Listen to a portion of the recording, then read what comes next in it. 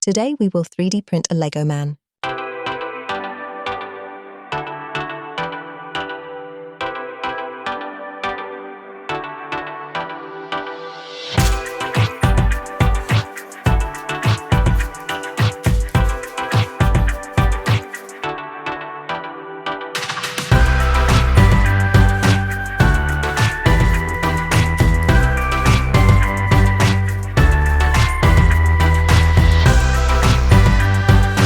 Hang in there, it's soon done.